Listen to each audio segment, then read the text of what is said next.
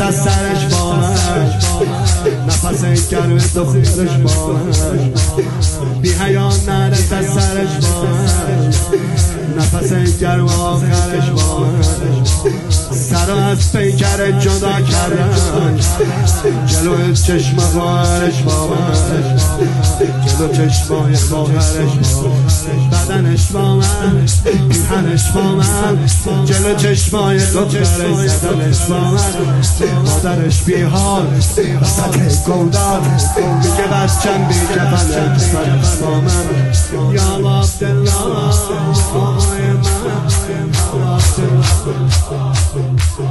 به سلام گفت آخرش با تو، سر مردن خنجرش با تو، سر مردن خنجرش با تو، به سلام گفت آخرش با تو، سر مردن خنجرش با تو، من دارم میرم از ته گناه، آخرین جیغ مادرش با تو، تو بزن نیزه عقلش با من،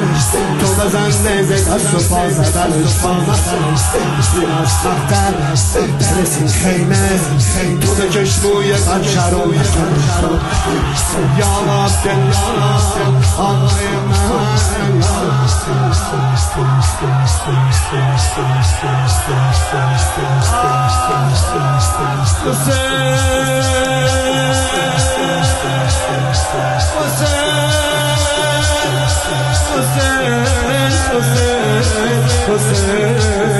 نیسی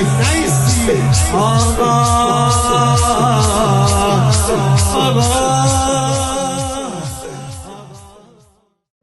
تکیه حسینیه‌ای به وسعت ایران.